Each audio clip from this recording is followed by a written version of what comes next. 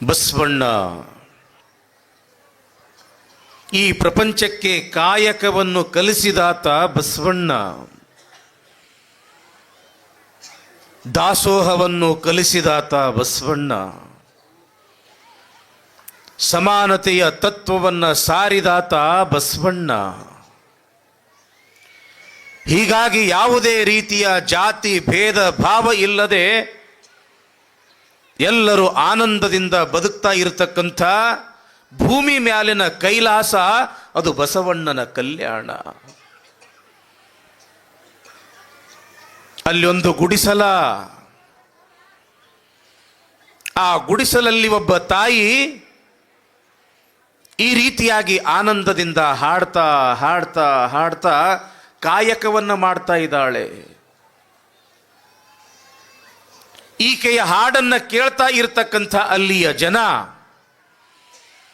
ಭಕ್ತಿಯಿಂದ ಶ್ರದ್ಧೆಯಿಂದ ಆ ಶರಣ ಸಂಕುಲಕ್ಕೆ ಬಾಗ್ತಾರೆ. ಯಾರು ಭವಿಗಳೋ, ಯಾರು ನಾಸ್ತಿಕರೋ, ಇಂಥ ಶರಣರ ಮನೆಯ ಮುಂದೆ ಹಾದು ಹೋಗುವ ಯೋಗ್ಯತೆ ನಮಗಿಲ್ಲ ಅಂತ ತಿಳ್ಕೊಂಡು ದೂರ ದೂರದಿಂದ ಹಾದು ಹೋಗಬೇಕು. ಅಂಥ ಪವಿತ್ರರಾಗಿರ್ತಕ್ಕಂಥ ಶರಣರು ಕಲ್ಯಾಣದಲ್ಲಿ.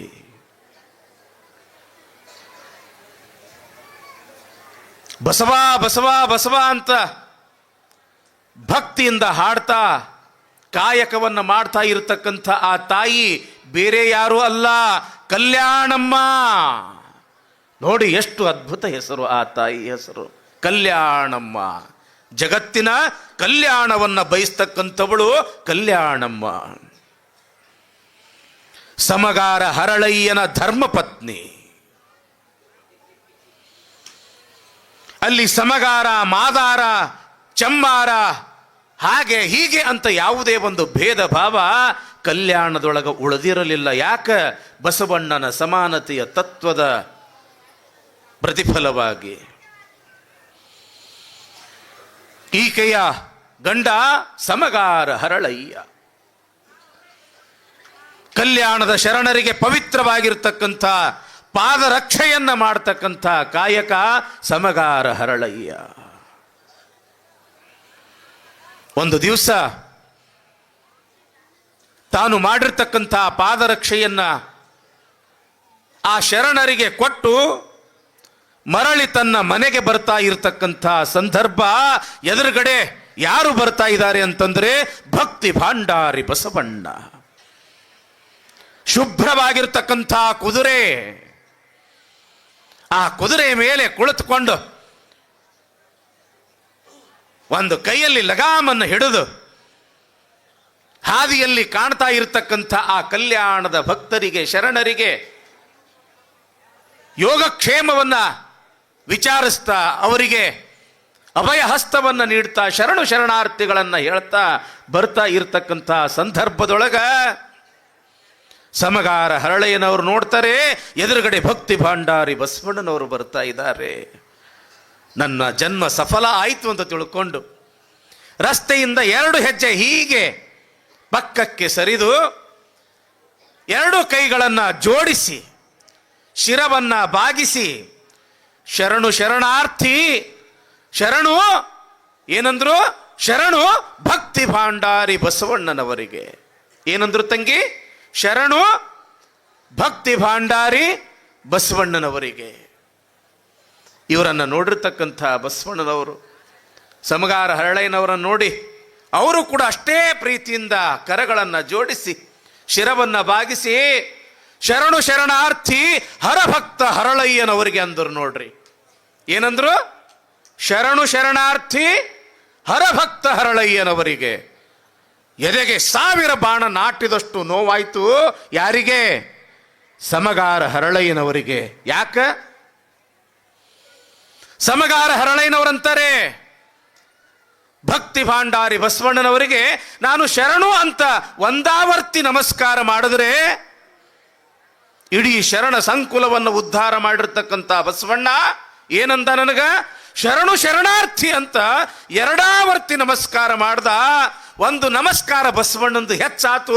ಆ ಋಣವನ್ನು ನಾನು ಹೆಂಗ ತೀರಿಸ್ಲಿ ಅಂತ ತಿಳ್ಕೊಂಡು ಪಾಪ ಏನು ಗರಬಡಿದವರಂತೆ ಹಾಗೆ ಆ ರಸ್ತೆಯಲ್ಲಿ ಏನೂ ತೋಚದಂತವನಾಗಿ ಏನೂ ಕಾಣದಂತವನಾಗಿ ಹಾಗೇ ನಿಂತು ಬಿಟ್ಟ. ಬಸವಣ್ಣವರೇನು ಯಥಾ ರೀತಿಯಾಗಿ ಮುಂದೆ ಹೋದರು. ಮನಸ್ಸಿನೊಳಗೆ ಒಂದೇ ವಿಚಾರ, ಸಮಗಾರ ಹರಳಯ್ಯನವರಿಗೆ ನಾನೆಂಥ ಪಾಪಿ, ನಾನು ಬಸವಣ್ಣನವರು ಶರಣು ಶರಣಾರ್ಥಿ ಅಂತ ಹೇಳೋದಕ್ಕಿಂತ ಮುಂಚೆನೆ ನಾನೇ ಶರಣು ಶರಣಾರ್ಥಿ ಅಂತ ಹೇಳಿದ್ರೆ ಎಷ್ಟು ಚೆನ್ನಾಗಿರ್ತಿತ್ತು. ನಾನೊಬ್ಬ ಸಮಗಾರ, ಶರಣರಿಗೆ ಪಾದರಕ್ಷೆಯನ್ನು ಮಾಡ್ತಕ್ಕಂಥ ಒಬ್ಬ ಸಾಮಾನ್ಯ ಶರಣ, ಸಣ್ಣ ಕುಲದವ. ಆದರೆ ಬಸವಣ್ಣವರು ಅವರಿಗೆ ಅಣ್ಣ, ಅಪ್ಪ, ವಿಶ್ವಗುರು, ಜಗಜ್ಯೋತಿ ಅಂತ ತಿಳ್ಕೊಂಡು, ಭಕ್ತಿ ಭಾಂಡಾರಿ ಅಂತ ತಿಳ್ಕೊಂಡು ಜಗತ್ತು ಕರಿತದ ಅಂಥ ದೊಡ್ಡ ವ್ಯಕ್ತಿ. ನಾನು ಒಂದು ಸಲ ನಮಸ್ಕಾರ ಹೇಳಿದ್ರೆ ನನಗೆ 2 ಸಲ ನಮಸ್ಕಾರ ಹೇಳಿದ್ರಲ್ಲ, ಈ ಭಾರ ಹೆಂಗೆ ಇಳಿಸ್ಲಿ, ಈ ವಜ್ಜಿ ಹೆಂಗೆ ನಾನು ಇಳಿಸ್ಕೊಳ್ಳಿ ಅಂತ ತಿಳ್ಕೊಂಡು ಪಾಪ ಗಡಗಡ ಅಂತ ನಡಗುತ್ತಾ ಏನೂ ತೋಚದಂಥವನಾಗಿ ಒಂದು ಹೆಜ್ಜೆಯೂ ಕೂಡ ಮುಂದೆ ಇಡದೆ ಹಾಗೇ ನಿಂತು ಬಿಟ್ಟ. ತಾಸಾತು, 2 ತಾಸಾತು, ಕತ್ತಲಾಗಿಬಿಡುತ್ತು. ಶರಣರಿಗೆ ಪಾದರಕ್ಷೆಯನ್ನು ಕೊಡಲು ಹೋಗಿರ್ತಕ್ಕಂಥ ನನ್ನ ಗಂಡ ಇನ್ನೂ ಯಾಕೆ ಬಂದಿಲ್ಲ ಅಂತ ತಿಳ್ಕೊಂಡು ಕಲ್ಯಾಣಮ್ಮ ಕೈಯಲ್ಲಿ ಒಂದು ಕಂದೀಲನ್ನು ಹಿಡ್ಕೊಂಡು ಕತ್ತಲಲ್ಲಿ ಹುಡುಕ್ತಾ ಬರ್ತಾ ಇದ್ದಾಳೆ. ಎಲ್ಲಿದ್ದಾನೆ ನನ್ನ ಗಂಡ ಅಂತ ತಿಳ್ಕೊಂಡು ಹಾಗೆ ಬಂದಳು ದೂರದೊಳಗೆ ಯಾರೋ ನಿಂತಂಗ ಕಾಣಿಸ್ತು. ಹತ್ತಿರ ಬಂದು ಆ ಕಂದೀಲನ್ನು ಈಗ ಮುಖದ ಎತ್ತರಕ್ಕೆ ಎತ್ತರಿಸಿ ನೋಡ್ತಾಳ. ತನ್ನದೇ ಗಂಡನಾಗಿರ್ತಕ್ಕಂಥವನು ಸಮಗಾರ ಹರಳಯ್ಯ. ಯಾಕ್ರಿ ಗರ ಬಡಿದವರಂತೆ ಹಿಂಗೆ ಯಾಕೆ ನಿಂತೀರಿ, ನಿಮ್ಮ ಮೈ ಯಾಕೆ ನಡಗಕತ್ತದ, ಏನೋ ಬಡಬಡಿಸ್ತಾ ಇದೀರಲ್ಲ, ಏನಾಗ್ಯದ ಅಂತ ತಿಳ್ಕೊಂಡು ಕಲ್ಯಾಣಮ್ಮ ಕೇಳಿದಾಗ ಏನು ಹೇಳಲಿ ಕಲ್ಯಾಣಿ. ಯಾವಾಗ ಭಕ್ತಿ ಭಾಂಡಾರಿ ಬಸವಣ್ಣನವರು ಎದುರುಗಡೆ ಬಂದ್ರು ಆವಾಗ ನಾ ಶರಣು ಅಂತ ಒಂದೇ ಸಲ ನಮಸ್ಕಾರ ಹೇಳಿದ್ರೆ ಅಣ್ಣನವರು ಏನು ಹೇಳಿದ್ರು ಗೊತ್ತದ, ಏನು ಶರಣು ಶರಣಾರ್ಥಿ ಅಂತ 2 ಸಲ ನನಗೆ ನಮಸ್ಕಾರ ಹೇಳಿದ್ರು ಕಲ್ಯಾಣಿ. ಈ ಭಾರವನ್ನ ನಾ ಹೆಂಗ ಇಳಿಸ್ಕೋಬೇಕು ಅಂತ ಗೊತ್ತಾಗ್ತಾ ಇಲ್ಲ ಕಲ್ಯಾಣಿ. ಯಾವಾಗ ಅವರು ಶರಣು ಶರಣಾರ್ಥಿ ಅಂದ್ರು ಆವಾಗ ನನ್ನ ಪ್ರಾಣ ಅವ್ರ ಪಾದಕ್ಕೆ ಸೇರ್ಬೇಕಾಗಿತ್ತು ಕಲ್ಯಾಣಿ. ಇಷ್ಟ ಏನು ಕಲ್ಯಾಣಮ್ಮ ಅಂತಾಳ, ಏನು ಇಷ್ಟ ಏನ್ರಿ, 2 ಸಲ ನಮಸ್ಕಾರ ಅವರು ನಿಮಗೆ ಹೇಳಿದ್ರು, ಆ ಭಾರವನ್ನು ಹೆಂಗೆ ಇಳಿಸ್ಬೇಕು ಅಂತ ತಿಳ್ಕೊಂಡು ಚಿಂತೆ ಮಾಡ್ಕೊಂತ ನಿಂತೀರಿ ಈ ರಸ್ತೆಯೊಳಗ. ಆ ಭಾರವನ್ನ ಹೆಂಗೆ ಇಳಿಸ್ಕೋಬೇಕು ಅನ್ನೋದು ನಾನು ಹೇಳ್ತೀನಿ, ಬರ್ರಿ ಮನೆಗೆ ಅಂತ ತಿಳ್ಕೊಂಡು ಕೈ ಹಿಡ್ಕೊಂಡು ತನ್ನ ಗಂಡನನ್ನ ಕರ್ಕೊಂಡು ಬಂದಾಳ ಕಲ್ಯಾಣಮ್ಮ ತನ್ನ ಗುಡಿಸಲಿಗೆ. ಬಂದು ಕೂಡಲೇ ಕೇಳ್ತಾನ ಕಲ್ಯಾಣಮ್ಮನಿಗೆ, ಕಲ್ಯಾಣಿ ಮೊದಲು ಹೇಳು, ಬಸವಣ್ಣನ ಭಾರವನ್ನ ಯಾವ ರೀತಿಯಾಗಿ ನಾವು ಇಳಿಸ್ಕೋಬೇಕು ಅನ್ನೋದು ಮೊದಲು ಹೇಳು ಅಂದಾಗ ಕಲ್ಯಾಣಮ್ಮ ಅಂತಾಳ, ಏನ್ರಿ ನಮ್ಮ ಕಾಯಕ ಏನು, ಶರಣರಿಗೆ ಪಾದರಕ್ಷೆಯನ್ನು ಮಾಡ್ತಕ್ಕಂಥ ಕಾಯಕ. ಆ ಕಾಯಕದಿಂದಲೇ ನಾವು ಭಕ್ತಿ ಭಾಂಡಾರಿಯ ಭಾರವನ್ನು ಇಳಿಸ್ಕೊಳ್ಳೋಣ. ಅದು ಹೆಂಗ ಕಲ್ಯಾಣಿ, ಏನು ಇಲ್ಲ, ನನ್ನ ಎಡತೊಡೆಯ ಚರ್ಮ ನಾನು ತೆಗಿತೀನಿ, ನೀವು ನಿಮ್ಮ ಬಲ ತೊಡೆಯ ಚರ್ಮವನ್ನು ತೆಗಿರಿ, ನಮ್ಮಿಬ್ಬರ ತೊಡೆಯ ಚರ್ಮದಿಂದ ಭಕ್ತಿ ಭಾಂಡಾರಿ ಬಸವಣ್ಣನವರಿಗೆ 2 ಜೋಡನ್ನ ಮಾಡಿ ಕೊಟ್ರ ಆ ಭಾರದಿಂದ ನಾವು ಮುಕ್ತರಾಗುತ್ತೀವಿ. ಬದುಕಿದೆ ಕಲ್ಯಾಣಿ. ನಿನ್ನಂಥ ಒಳ್ಳೆಯ ಹೆಂಡತಿಯನ್ನ ಮಾಡಿಕೊಂಡು ಕಲ್ಯಾಣಿ ನಾ ನಿನ್ನಿಂದ ಬದುಕಿದೆ ಅಂತ ತಿಳ್ಕೊಂಡು ಹಿರಿ ಹಿಗ್ಗದ ಯಾರು, ಸಮಗಾರ ಹರಳಯ್ಯ.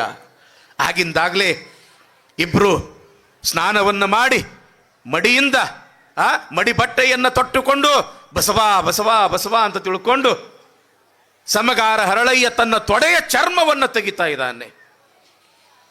ಕಲ್ಯಾಣಮ್ಮ ತನ್ನ ಎಡತೊಡೆಯ ಚರ್ಮವನ್ನು ತೆಗಿತಾ ಇದ್ದಾಳೆ. ಎಷ್ಟೇ ನೋವಾಗಿದ್ರು ಕೂಡ ಆ ನೋವು ಅನ್ನಿಸ್ಲಿಲ್ಲ. ಯಾಕ, ನಮ್ಮ ಚರ್ಮದ ಚಮ್ಮಾವುಗೆಗಳು ಭಕ್ತಿ ಭಾಂಡಾರಿಗೆ ಸಲ್ತವ ಅನ್ನೋ ಒಂದು ಸಂತೋಷ. ಯಾವಾಗ ಇಬ್ರು ರಾತ್ರಿ ಇಡೀ ಕುಳಿತು ಸುಂದರವಾಗಿರತಕ್ಕಂಥ ಆ ಚಮ್ಮಾವುಗೆಗಳನ್ನು ಮಾಡಿದ್ರು, ಒಂದು ಪಾತ್ರೆಯಲ್ಲಿ ಆ ಚಮ್ಮಾವುಗೆಗಳನ್ನು ಇಟ್ಟು ಪೂಜೆಯನ್ನು ಮಾಡಿ ಹೂಪತ್ರಿಗಳನ್ನು ಧರಿಸಿ, ಹರಳಯ್ಯ ಅಂತನ ಕಲ್ಯಾಣಿ ನಡಿ, ಇಬ್ರು ಹೋಗಿ ಮೊದಲು ಈ ಭಕ್ತಿ ಭಾಂಡಾರಿ ಬಸವಣ್ಣನಿಗೆ ಈ ಕಾಣಿಕೆಯನ್ನು ಸಮರ್ಪಣೆ ಮಾಡಿ ಬರೋಣ ನಡಿ ಅಂತ ತಿಳ್ಕೊಂಡು ಹೆಂಡತಿಯೊಂದಿಗೆ ಸಮಗಾರ ಹರಳಯ್ಯನವರು ಬಸವಣ್ಣನವರ ಮಹಾಮನೆಗೆ ಬರ್ತಾರೆ. ಒಬ್ರಲ್ಲ ಇಬ್ರಲ್ಲ 1,96,000 ಗಣಗಳಿಗೆ ನಿತ್ಯವೂ ಕೂಡ ದಾಸೋಹ ನಡಿಬೇಕಲ್ಲ ಬಸವಣ್ಣನ ಮನೆಯೊಳಗ. ಅದಕ್ಕೆ ಬೇಕಾಗಿರ್ತಕ್ಕಂಥ ತಯಾರಿ ಮಾಡ್ತಾ ಇರತಕ್ಕಂಥ ಸಂದರ್ಭ. ಯಾವಾಗ ಭಕ್ತಿ ಭಾಂಡಾರಿ ಬಸವಣ್ಣನವರು ದೂರದಲ್ಲಿ ಸಮಗಾರ ಹರಳಯ್ಯ ಕಲ್ಯಾಣಮ್ಮ ಇರೋದನ್ನು ನೋಡಿ ಧರ್ಮ ಪತ್ನಿಯಾಗಿರ್ತಕ್ಕಂಥ ನೀಲಾಂಬಿಕೆಗೆ ಹೇಳ್ತಾರೆ, ಏನಿಲ್ಲ ಅಲ್ಲಿ ನೋಡು, ಕಲ್ಯಾಣದ ಶ್ರೇಷ್ಠ ಶರಣರಾಗಿರ್ತಕ್ಕಂಥ ಹರಳಯ್ಯನವರು ಕಲ್ಯಾಣಮ್ಮನವರು ಬಂದಾರ, ಅವರಿಗೆ ಶರಣಾರ್ಥಿ ಹೇಳಿ ಒಳಗ ಕರ್ಕೊಂಡು ಬಾ. ಆಯ್ತು ಅಂತ ತಿಳ್ಕೊಂಡು ನೀಲಾಂಬಿಕೆ ತಾಯಿ ಓಡೋಡ್ತಾ ಹೋಗಿ 2 ಕೈಗಳನ್ನು ಜೋಡಿಸಿ ಶಿರವನ್ನು ಬಾಗಿಸಿ, ಯಪ್ಪಾ ಶಿವಶರಣರೇ ತಾವು ಒಳಗಡೆ ಬರಬೇಕು, ಶರಣಾರ್ಥಿ ಅಂತ ತಿಳ್ಕೊಂಡು ಯಾವಾಗ ನೀಲಾಂಬಿಕೆ ತಾಯಿಯವರು ಕೂಡ ಶರಣಾರ್ಥಿ ಅಂದ್ರು, ಮನಸ್ಸಿನೊಳಗ ಅಂತನ ಸಮಗಾರ ಹರಳಯ್ಯ, ಶಿವ ಈ ತಾಯಿಯ ಋಣವನ್ನು ನಾನು ಹೆಂಗೆ ತೀರಿಸಬೇಕು? ಆಯ್ತು ಅಂತ ತಿಳ್ಕೊಂಡು ಬಂದರು. ಭಕ್ತಿ ಭಾಂಡಾರಿಗೆ ಶರಣಾರ್ಥಿ ಅಂತ ಹೇಳಿದ್ರು. ಹೆಂಗದಿರಿಪ್ಪ ಆರಾಮದಿರೇನು ಅಂತ ತಿಳ್ಕೊಂಡು ಯೋಗಕ್ಷೇಮ ಕೇಳಿದ್ರು. ಕೇಳುವಾಗ ನೋಡ್ತಾರೆ ಭಕ್ತಿ ಭಾಂಡಾರಿ ಬಸವಣ್ಣನವರು ಸಮಗಾರ ಹರಳಯ್ಯನವರು ತೊಟ್ಟಿಕೊಂಡಿರ್ತಕ್ಕಂಥ ಧೋತ್ರ ರಕ್ತಮಯವಾಗಿದೆ. ಕಲ್ಯಾಣಮ್ಮನ ಸೀರಿ ರಕ್ತದಿಂದ ತೋದದೆ. ಶರಣರೇ ಏನೋ ರಕ್ತ ಕಾಣಿಸ್ತಾ ಇದೆಯಲ್ಲ, ಏನಾಗಿದೆ? ಏನಿಲ್ಲ ಬಸವಣ್ಣ, ನಮ್ಮಿಬ್ಬರ ತೊಡೆಯ ಚರ್ಮದಿಂದ ನಿಮಗೆ ಈ 2 ಪಾದರಕ್ಷೆಯನ್ನ ಮಾಡಿಕೊಂಡು ಬಂದೀವಿ ಅಂತ ತಿಳ್ಕೊಂಡು ತಲೆ ಮೇಲೆ ಇರತಕ್ಕಂಥ ಆ ಪಾದರಕ್ಷೆಯನ್ನ ಹಿಂಗ ಕೈಯಾಗ ಹಿಡಿದು ತೋರಿಸ್ತಾರ. ಬಸವಣ್ಣವರ ಕಣ್ಣೊಳಗ ನೀರು ಬಂದುಬಿಟ್ಟು, ಅಯ್ಯ ಶರಣರೇ, ಯಾವ ಪಾಪದ ಪ್ರಾಯಶ್ಚಿತ್ತಕ್ಕಾಗಿ ಇಂಥದೊಂದು ಕಾರ್ಯವನ್ನು ನೀವು ಮಾಡಿದಿರಿ? ಹರಳಯ್ಯನವರಂತಾರ, ಯಪ್ಪ ಬಸವಣ್ಣ, ನಿನ್ನೆ ಸಂಜೆ ಹೊತ್ತು ನಾನು ಪಾದರಕ್ಷೆಯನ್ನು ಕೊಟ್ಟು ಬರ್ತಕ್ಕಂಥ ಸಮಯದೊಳಗೆ ನೀವು ನನಗೆ ಎದುರಾದ್ರಿ. ನಾನು ಶರಣು ಅಂತ ಒಂದೇ ಸಲ ನಾನು ನಿಮಗೆ ನಮಸ್ಕಾರ ಹೇಳಿದ್ರೆ ನೀವು ಶರಣಾರ್ಥಿ ಅಂತ ತಿಳ್ಕೊಂಡು 2 ಸಲ ನಮಸ್ಕಾರ ಹೇಳಿದ್ರಿ. ಆ ಭಾರವನ್ನ ಇಳಿಸಿಕೊಳ್ಳುವುದಕ್ಕೋಸ್ಕರ ಕಲ್ಯಾಣಿಯ ಎಡತೊಡೆಯ ಚರ್ಮ, ನನ್ನ ಬಲತೊಡೆಯ ಚರ್ಮದಿಂದ ಈ ಪಾದರಕ್ಷೆಯನ್ನು ಮಾಡಿಕೊಂಡು ಬಂದಿವೆ.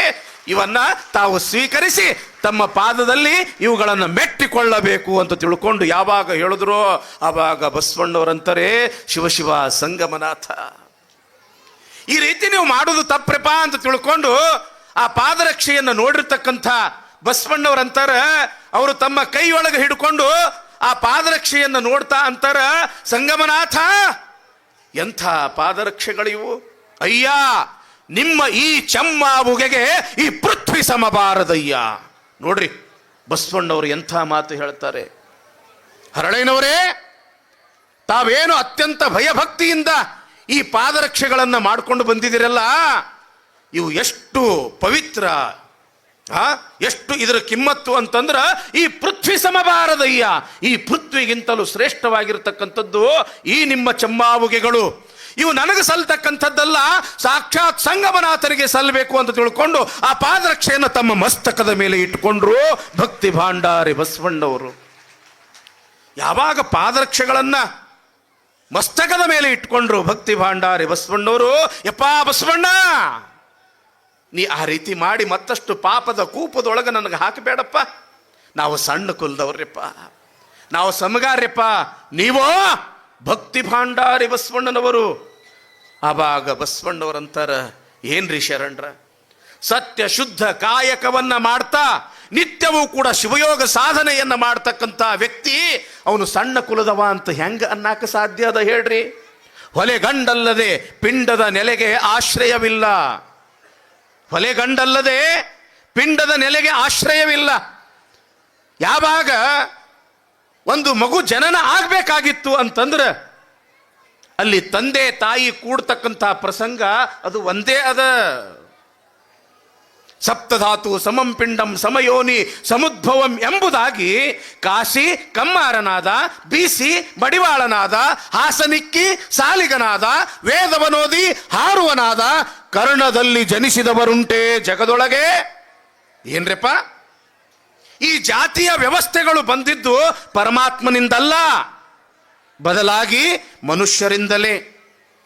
ಈ ಸಮಾಜ ಚೆನ್ನಾಗಿ ನಡಿಬೇಕಾಗಿತ್ತು, ಸಾಗಬೇಕಾಗಿತ್ತು ಅಂತಂದ್ರೆ ಪ್ರತಿಯೊಬ್ಬರೂ ಕೂಡ ಒಂದೊಂದು ಉದ್ಯೋಗ ಮಾಡಬೇಕು. ಆ ಉದ್ಯೋಗದ ಪರಿಣಾಮದಿಂದಾಗಿ ಈ ಜಾತಿಗಳು ಹುಟ್ಕೊಂಡುವೆ ಹೊರತು ಪರಮಾತ್ಮ ಯಾವ ಜಾತಿಗಳನ್ನು ಕೂಡ ಸೃಷ್ಟಿಸಲಿಲ್ಲ.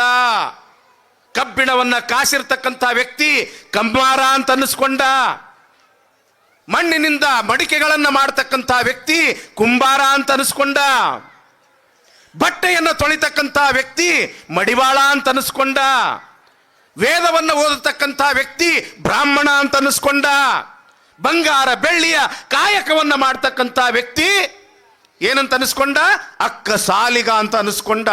ಅವರವರು ಮಾಡ್ತಕ್ಕಂಥ ಉದ್ಯೋಗದಿಂದ ಜಾತಿಗಳು ಬಂದುವೆ ಹೊರತು ಪರಮಾತ್ಮನಿಂದ ಯಾವೂ ಕೂಡ ಬಂದಿಲ್ಲ. ಯಾಕ? ಇವರೆಲ್ಲರೂ ಕೂಡ ಹುಟ್ಟತಕ್ಕಂಥ ಪ್ರಕ್ರಿಯೆ ಅದು ತಾಯಿಯ ಗರ್ಭದಿಂದಲೇ ಹುಟ್ಟಬೇಕೆ ಹೊರತು ಯಾರು ಶ್ರೇಷ್ಠ ಕುಲ ಅಂತ ಅನಿಸ್ಕೊಳ್ತಾರ ಅವ್ರು ಯಾರು ಕೂಡ ಕಿವಿಯಿಂದ ಹುಟ್ಟಿಲ್ಲ. ಕರ್ಣದಲ್ಲಿ ಜನಿಸಿದವರುಂಟೇ ಜಗದೊಳಗೆ.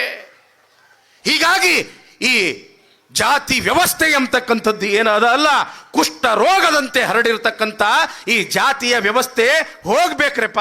ಈ ರೀತಿಯಾಗಿ ನಾವು ಸಣ್ಣ ಕುಲದವರು, ನೀವು ದೊಡ್ಡ ಕುಲದವರು ಎಂಬತಕ್ಕಂಥ ಭೇದ ಭಾವ ಮಾಡಬಾರದು ಅಂತ ತಿಳ್ಕೊಂಡು ಯಾವಾಗ ಭಕ್ತಿ ಭಾಂಡಾರಿ ಬಸವಣ್ಣವರಂದ್ರು, ಯಪ್ಪ ಅದಕ್ಕೆ ನೀನು ಭಕ್ತಿ ಭಾಂಡಾರಿಯಪ್ಪ, ಏನೇ ಆಗಲಿ ನಮ್ಮಂಥವರಿಗೆ ನೀನು ಆಶೀರ್ವಾದ ಮಾಡ್ಕೊಂತ ಇರಬೇಕು ಅಂತ ತಿಳ್ಕೊಂಡು ಯಾವಾಗ ಹೇಳಿದ್ರೋ ಆವಾಗ ಬಸವಣ್ಣವ್ರಂತಾರ, ಆ ಪಾದರಕ್ಷೆಗಳನ್ನ ಅವರಿಗೆ ಕೊಟ್ಟು ಅಂತಾರ, ಹರಳೇನವರೇ ನಿಮ್ಮ ಈ ಚಮ್ಮಾವುಗೆಗಳು, ನೀವು ಮಾಡಿರ್ತಕ್ಕಂಥ ಈ ಪಾದರಕ್ಷೆಗಳು ಅತ್ಯಂತ ಪವಿತ್ರ ಅದಾವ. ಇದನ್ನು ನನಗೆ ಇಟ್ಕೊಳ್ಳಕ್ಕಾಗುವುದಿಲ್ಲ ನನ್ನ ಹತ್ರ. ಯಾಕ? ಇವು ಬಹಳ ಯೋಗ್ಯ ಅದಾವ. ಯಾಕ? ಈ ಚಮ್ಮಾವುಗೆಗೆ ಈ ಪೃಥ್ವಿ ಸಮಬಾರದಯ್ಯ. ಹೀಗಾಗಿ ನನ್ನ ನೆನಪಿಗೋಸ್ಕರ ಈ ಚಮ್ಮಾವುಗೆಗಳನ್ನು ನಿಮ್ಮ ಮನೆಯಲ್ಲೇ ಇಟ್ಕೊಳ್ಳಿ ಅಂತ ತಿಳ್ಕೊಂಡು ಅವರಿಗೆ ಒಳ್ಳೆಯ ಆದರ ಆತಿಥ್ಯವನ್ನು ಮಾಡಿ, ಹೊಟ್ಟೆ ತುಂಬ ತಾವೇ ಪ್ರಸಾದವನ್ನು ಮಾಡಿಸಿ, ಅನೇಕ ವಸ್ತ್ರ ಒಡವೆಗಳನ್ನು ಕೊಟ್ಟು ಭಕ್ತಿ ಭಾಂಡಾರಿ ಬಸವಣ್ಣನವರು ಅವರಿಗೆ ಮಹಾಮನೆಯಿಂದ ಬೀಳ್ಕೊಡ್ತಾ ಇದ್ದಾರೆ. ಯಾವಾಗ ಬೀಳ್ಕೊಟ್ರು ಅದೇ ಒಂದು ಪಾತ್ರೆಯಲ್ಲಿ ಆ ಚಮ್ಮಾವುಗೆಗಳನ್ನು ನೆತ್ತೆ ಮೇಲೆ ಇಟ್ಕೊಂಡು ಶಿವನೇ ಬಸವ ಬಸವ ಶಿವನೇ ಅಂತ ತಮ್ಮ ಮನೆಗೆ ಬರತಕ್ಕಂಥ ಸಮಯದೊಳಗ ಬಿಜ್ಜಳ ರಾಜನ ಆಸ್ಥಾನದಲ್ಲಿ ಒಬ್ಬ ದೊಡ್ಡ ಅಧಿಕಾರಿಯಾಗಿರ್ತಕ್ಕಂಥ ಮಧುವಯ್ಯ, ಲಕ್ಷ ಕೊಟ್ಟು ಕೇಳ್ರಿ ತಂಗಿ, ನೀವು ಕೇಳ್ತಾ ಇರತಕ್ಕಂಥ ಈ ವಿಚಾರ ಮತ್ತೆ ನಿಮಗೆ ಎಲ್ಲಿಯೂ ಕೂಡ ಕೇಳಾಕ ಸಿಗುವುದಿಲ್ಲ. ಕಲ್ಯಾಣ ಕ್ರಾಂತಿ, ಇಡೀ ಜಗತ್ತಿನೊಳಗ ಕಲ್ಯಾಣ ಕ್ರಾಂತಿ ಅನ್ನೋದು ಯಾಕೆ ಪ್ರಸಿದ್ಧ ಆಯ್ತು ಅನ್ನೋದು ಇವತ್ತಿನ ಸಂದರ್ಭ ನೀವು ಲಕ್ಷ್ಯ ಕೊಟ್ಟು ಕೇಳಿದಾಗ ಗೊತ್ತಾಗ್ತದ. ಯಾವಾಗ ತಮ್ಮ ಮನೆಗೆ ಮರಳ್ತಾ ಇದ್ದಾರೆ ಸಮಗಾರ ಹರಳಯ್ಯ ಕಲ್ಯಾಣಮ್ಮ, ಎದುರುಗಡೆ ಬರ್ತಾ ಇರತಕ್ಕಂಥ ಮಧುವಯ್ಯ ಎಂಬತಕ್ಕಂಥ ಆ ಮಂತ್ರಿ ಸಮಗಾರ ಹರಳಯ್ಯನವರಿಗೆ ಕೇಳ್ತಾರೆ, ಏ ಹರಳಯ್ಯ, ಏನೋ ಅದು ತಲೆ ಮೇಲೆ ಏನೋ ಇಟ್ಕೊಂಡು ಬರಕತ್ತೀಯಲ್ಲ, ಏನೋ ಅದು? ಯಪ್ಪ ಪ್ರಭುಗಳೇ, ಇವು ಚಮ್ಮಾವುಗೆ ಅದಾವ, ಪಾದರಕ್ಷೆಗಳದಾವ. ಓಹೋ, ಕಲ್ಯಾಣದೊಳಗೆ ಎಲ್ಲರೂ ಕೂಡ ಮಾತಾಡ್ತಾರೆ. ಸಮಗಾರ ಹರಳೇನಂತ ಸುಂದರವಾಗಿರ್ತಕ್ಕಂಥ ಪಾದರಕ್ಷೆ ಯಾರಿಗೂ ಕೂಡ ಮಾಡಕ್ಕೆ ಬರುವುದಿಲ್ಲ ಅಂತ ಮಾತಾಡ್ತಾರೆ. ನೀ ಮಾಡಿರ್ತಕ್ಕಂಥ ಪಾದರಕ್ಷೆ ಹೆಂಗಿರ್ತಾವ ಅನ್ನೋದನ್ನ ನಾನು ಕೂಡ ನೋಡ್ಬೇಕು, ತೋರಿಸು ಅಂತ ತಿಳ್ಕೊಂಡು ಯಾವಾಗ ಮಧುವಯ್ಯನವರು ಹೇಳಿದ್ರು, ಆತ್ರಿ ಬುದ್ಧಿ ಅಂತ ತಿಳ್ಕೊಂಡು ತಲೆ ಮೇಲೆ ಇರತಕ್ಕಂಥ ಆ ಪಾದರಕ್ಷೆಯನ್ನ ಹಿಂಗೆ ಕೆಳಗೆ ಇಡ್ತಾರ, ನೋಡ್ತಾರ. ಅಬ್ಬಬ್ಬ, ಎಂಥ ಅದ್ಭುತ ಅದವ, ಎಷ್ಟು ಸುಂದರದವ ಈ ಜೋಡುಗಳು. ಎಷ್ಟೇ ದುಡ್ಡು ಹೋಗಲಿ ಹರಳಯ್ಯ, ಈ ಚಮ್ಮಾವುಗೆ ನೀ ನನಗೂ ಕೊಡಬೇಕು. ಆವಾಗ ಸಮಗಾರ ಹರಳಯ್ಯನವರಂತಾರ, ಪ್ರಭುಗಳೇ, ಈ ಚಮ್ಮಾವುಗೆ ಭಕ್ತಿ ಭಾಂಡಾರಿ ಬಸವಣ್ಣನವರ ಸಲುವಾಗಿ ಮಾಡಿದ್ದು, ನಮ್ಮಿಬ್ಬರ ತೊಡೆಯ ಚರ್ಮದಿಂದ ಮಾಡಿರ್ತಕ್ಕಂಥದ್ದು. ಅವರು ನಮ್ಮ ನೆನಪಿಗೋಸ್ಕರ ನಿಮ್ಮ ಮನೆಯಲ್ಲೇ ಇರಲಿ ಅಂತ ತಿಳ್ಕೊಂಡು ತಿರುಗಿ ಕೊಟ್ಟಿದ್ದಾರೆ. ಅದಕ್ಕೆ ನಾವು ಮರಳಿ ಒಯ್ತಾ ಇದೀವಿ. ಯಾವಾಗ ಹಿಂಗಂದ್ರು ಬಸವಣ್ಣನವನಿಗೆ ಬುದ್ಧಿ ಇಲ್ಲ. ಇಂಥ ಚೆಮ್ಮಾವುಗೆಯನ್ನ, ಇಂಥ ಸುಂದರವಾಗಿರ್ತಕ್ಕಂಥ ಜೋಡುಗಳನ್ನ ಮೆಟ್ಟಿಕೊಳ್ತಕ್ಕಂಥ ಭಾಗ್ಯ ಬಸವಣ್ಣನಿಗೆ ಎಲ್ಲಿಲ್ಲ, ಇಲ್ಲ, ಅವನಿಗೆ ಬಸವಣ್ಣನಿಗೆ ಇಲ್ಲ. ನಾನು ಮೆಟ್ಕೊಳ್ತೀನಿ ಅಂತ ತಿಳ್ಕೊಂಡು ಇವರು ಬೇಡ ಬೇಡ ಬೇಡ ಅಂದ್ರೂ ಕೂಡ ಮಧುವಯ್ಯ ಆ ಪಾದರಕ್ಷೆಗಳನ್ನ ಕಾಲೊಳಗ ಮೆಟ್ಕೊಂಡು ಬಿಟ್ಟ. ಯಾವಾಗ ಆ ಪಾದರಕ್ಷೆಗಳನ್ನ ಮೆಟ್ಟಿಕೊಂಡ ತಕ್ಷಣದಿಂದಲೇ ಮೈಯೊಳಗ ಉರಿ ಉರಿ ಉರಿ ಅಂತ ಸಿಲ್ಕೊಂಡು ಒಂದೇ ಸವನು ಒದ್ದಾಡಕತ್ತನ, ಒಂದೇ ಸವನು ಕೂಗಾಕತ್ತನ, ಮೈಯೆಲ್ಲ ಉರಿ ಉರಿ ಉರಿ ಉರಿ ಅಂತ ಹಂಗೇ ಮನೆಗೆ ಬಂದ. ದಿವಸ ಆತು, 2 ದಿವಸ ಆತು, 4 ದಿವಸ ಆತು. ಆ ವೈದ್ಯರು ಈ ವೈದ್ಯರು ಅಂತ ತಿಳ್ಕೊಂಡು ಸಾಕಷ್ಟು ಕಡೆ ತೋರಿಸಿದ್ರು, ಮೈಯಾಗಿರ್ತಕ್ಕಂಥ ಉರಿ ಕಡಿಮೆಯಾಗಲಿಲ್ಲ. ಒಂದು ದಿವಸ ರಾತ್ರಿ ಆ ಮಧುವಯ್ಯನ ಹೆಂಡತಿ ಮತ್ತು ಮಧುವಯ್ಯನ ಮಗಳಾಗಿರ್ತಕ್ಕಂಥ ಕಲಾವತಿ ಇಬ್ಬರು ಕೂಡಿ ರಾತ್ರಿಯ ಹೊತ್ತು ಭಕ್ತಿ ಭಾಂಡಾರಿ ಬಸವಣ್ಣನವರ ಮನೆಗೆ ಬರ್ತಾರೆ. ಬಂದು ಹೇಳ್ತಾರೆ, ನನ್ನ ಗಂಡನ ಮೈಯಲ್ಲಿ ಹೊಕ್ಕಿರ್ತಕ್ಕಂಥ ಆ ಉರಿ, ಆ ಅಗ್ನಿ ಶಾಂತವಾಗ್ತಾ ಇಲ್ಲ, ಇದಕ್ಕೆ ನೀವು ಉಪಾಯ ಹೇಳಬೇಕು.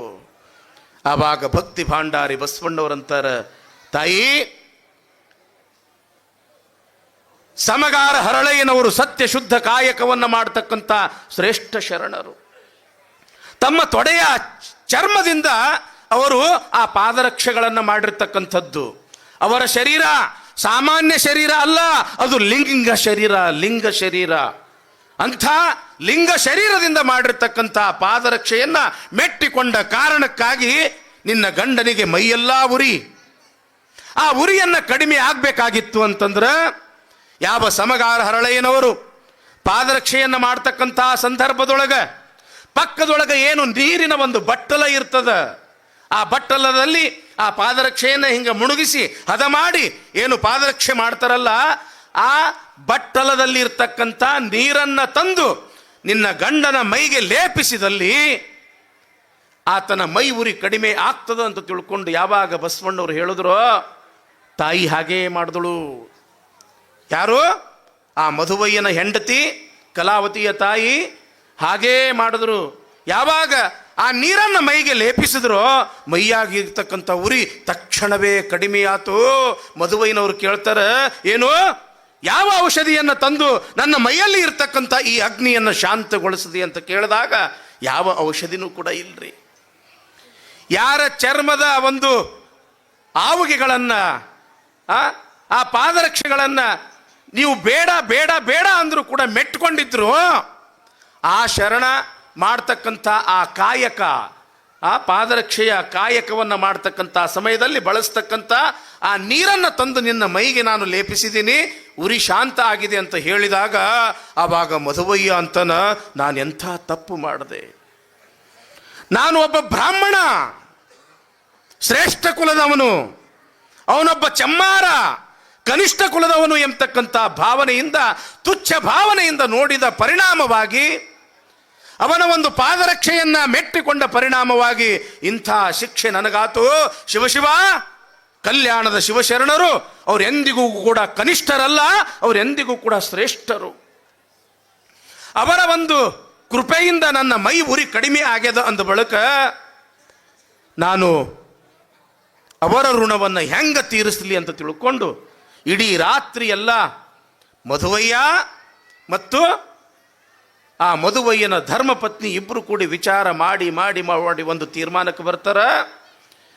ಏನು ಈ ಜಾತಿ ಮೇಲು ಕೀಳು ಎಂಬತಕ್ಕಂಥ ಒಂದು ವ್ಯವಸ್ಥೆ ಅದಲ್ಲ, ಈ ವ್ಯವಸ್ಥೆಯಿಂದ ಸಮಾಜದೊಳಗೆ ಅನೇಕ ಗೊಂದಲಗಳಾಗಕತ್ತವ. ಇದಕ್ಕೆ ನಮ್ಮಿಂದಲೇ ಇತಿಶ್ರೀ ಹಾಡುವಂಥ ಒಂದು ಸಂದರ್ಭ ಉದಯ ಆಗಬೇಕು. ಅದಕ್ಕೆ ನಾವು ಒಂದು ದಿಟ್ಟವಾಗಿರ್ತಕ್ಕಂಥ ನಿರ್ಧಾರವನ್ನು ತಗೋಬೇಕು ಅಂತ ತಿಳ್ಕೊಂಡು ಯಾವ ನಿರ್ಧಾರ ತಗೊಂಡ್ರು ಅಂತಂದ್ರೆ ಗೊತ್ತದ ಏನು? ಆ ನಿರ್ಧಾರವನ್ನು ತೆಗೆದುಕೊಂಡು ಸಮಗಾರ ಹರಳಯ್ಯನವರ ಮನೆಗೆ ಬಂದು ತಮ್ಮ ನಿರ್ಧಾರವನ್ನು ಹೇಳ್ತಾರೆ. ಏನ್ರಿಪ್ಪ, ನಮ್ಮಿಂದ ಬಹಳ ದೊಡ್ಡ ತಪ್ಪಾತು, ನೀವು ಕ್ಷಮ ಮಾಡಬೇಕು, ನಮ್ಮ ಒಂದು ಬೇಡಿಕೆ ಆದ, ಒಂದು ಕೋರಿಕೆ ಆದ, ನೀವು ಪೂರೈಸಬೇಕು ಅಂತ ತಿಳ್ಕೊಂಡು ಮಧುವಯ್ಯನವರು ಸಮಗಾರ ಹರಳಯ್ಯನವರಿಗೆ ಕೇಳ್ತಾರೆ. ಏನ್ರಿಪ್ಪ ಅಂತ ಕೇಳಿದಾಗ, ಏನೂ ಇಲ್ಲ, ನನಗೆ ಮುತ್ತಿನಂಥ ಒಬ್ಬ ಮಗಳಿದ್ದಾಳೆ, ನಿಮಗೆ ವಜ್ರದಂಥ ಮಗ ಇದ್ದಾನೆ, ಶೀಲವಂತ. ನನ್ನ ಮಗಳಾಗಿರ್ತಕ್ಕಂಥ ಕಲಾವತಿ, ನಿನ್ನ ಮಗನಾಗಿರ್ತಕ್ಕಂಥ ಆ ಶೀಲವಂತ ಇಬ್ಬರಿಗೂ ಕೂಡ ಕೊಟ್ಟು ಮದುವೆ ಮಾಡಿದ್ವಿ ಅಂತಂದ್ರೆ ನಿಜವಾಗಲೂ ಕೂಡ ಬಸವಣ್ಣನವರ ಆಶಯ ಈಡೇರ್ತದ ಅಂತ ತಿಳ್ಕೊಂಡು ಯಾವಾಗ ಮಧುವಯ್ಯನವರು ಹೇಳಿದ್ರು ಶಿವ ಬ್ಯಾಡ್ರಪ್ಪ ಅಂದ್ರು. ಯಾಕೆ? ನೀವು ಶ್ರೇಷ್ಠ ಕುಲದವರು ಬ್ರಾಹ್ಮಣರು, ನಾವು ಕನಿಷ್ಠ ಕುಲದವರು ಸಮಗಾರರು. ಒಬ್ಬ ಸಮಗಾರ ಮಗನಿಗೆ ಬ್ರಾಹ್ಮಣರ ಮನೆಯ ಕನ್ಯೆಯನ್ನ ತೆಗೆದುಕೊಂಡು ಮದುವೆ ಆತು ಅಂತ ತಿಳ್ಕೊಂಡು ಕಲ್ಯಾಣದೊಳಗೆ ಸುದ್ದಿ ಗೊತ್ತಾತು ಅಂತಂದ್ರೆ ಬಹಳ ದೊಡ್ಡ ಕ್ರಾಂತಿನೇ ಆಗ್ತದ. ರಕ್ತದ ನದಿಗಳೇ ಹರಿತವ. ಬೇಡ ಬೇಡ ಅಂದ್ರೂ ಕೂಡ ಮಧುವಯ್ಯನವರು ಕೇಳಲಿಲ್ಲ. ಹಾಗಾದ್ರೆ ಬಸವಣ್ಣವ್ರ ಹತ್ರನೇ ಹೋಗಿ ಒಂದು ತೀರ್ಮಾನ ಮಾಡೋಣ ಅಂತ ತಿಳ್ಕೊಂಡು ಮಧುವಯ್ಯನವರು ಮತ್ತು ಹರಳಯ್ಯನವರು ಕೂಡಿ ಎಲ್ಲಿಗೆ ಬಂದರು ಅಂತಂದ್ರೆ ಅನುಭವ ಮಂಟಪಕ್ಕೆ ಬಂದರು. ಅನುಭವ ಮಂಟಪದಲ್ಲಿ ಈ ವಿಷಯ ಪ್ರಸ್ತಾಪಕ್ಕೆ ಇಟ್ಟರು. ಆವಾಗ ಬಸವಣ್ಣನವರಿಗೆ ಸ್ವರ್ಗ ಒಂದೇ ಗೇಣ ಉಳಿದಿತ್ತು. ಯಾಕೆ? ಈ ಎಲ್ಲ ಜಾತಿಯ ವ್ಯವಸ್ಥೆ ಹೋಗ್ಬೇಕು ಅನ್ನೋದೇ ಬಸವಣ್ಣನವರ ಮೂಲ ಆಶಯವಾಗಿತ್ತು. ಏನದು? ಇವನಾರವ ಇವನಾರವ ಇವನಾರವ ಎಂದೆನಿಸದಿರಯ್ಯ, ಇವ ನಮ್ಮವ ಇವ ನಮ್ಮವ ಇವ ನಮ್ಮವ ಎಂದೆನಿಸಯ್ಯ, ಕೂಡಲ ಸಂಗಮ ದೇವ ಇವ ನಿಮ್ಮ ಮಹಾಮನೆಯ ಮಗನೆಂದೆನಿಸಯ್ಯ. ನಾವೆಲ್ಲರೂ ಕೂಡ ಪರಮಾತ್ಮನ ಮಕ್ಕಳು. ಈ ಎಲ್ಲ ಜಾತಿಯ ವ್ಯವಸ್ಥೆ ಹೋಗಬೇಕು ಅನ್ನೋದು ಏನು ಬಸವಣ್ಣನವರ ಆಶಯ ಇತ್ತು. ಅದು ಇವತ್ತು ಮಧುವಯ್ಯ ಮತ್ತು ಹರಳಯ್ಯ ಈ ಇಬ್ಬರ ಮಕ್ಕಳ ಮದುವೆಯಿಂದ ಅದು ನಿವಾರಣೆ ಆಗ್ತದೆ ಅಂತ ತಿಳ್ಕೊಂಡು ಅನುಭವ ಮಂಟಪದೊಳಗ ಎಲ್ಲರೂ ಚರ್ಚೆಯನ್ನ ಮಾಡಿ ಮಾಡಿ ಮಾಡಿ ಒಂದು ನಿರ್ಧಾರಕ್ಕೆ ಬರ್ತಾರೆ.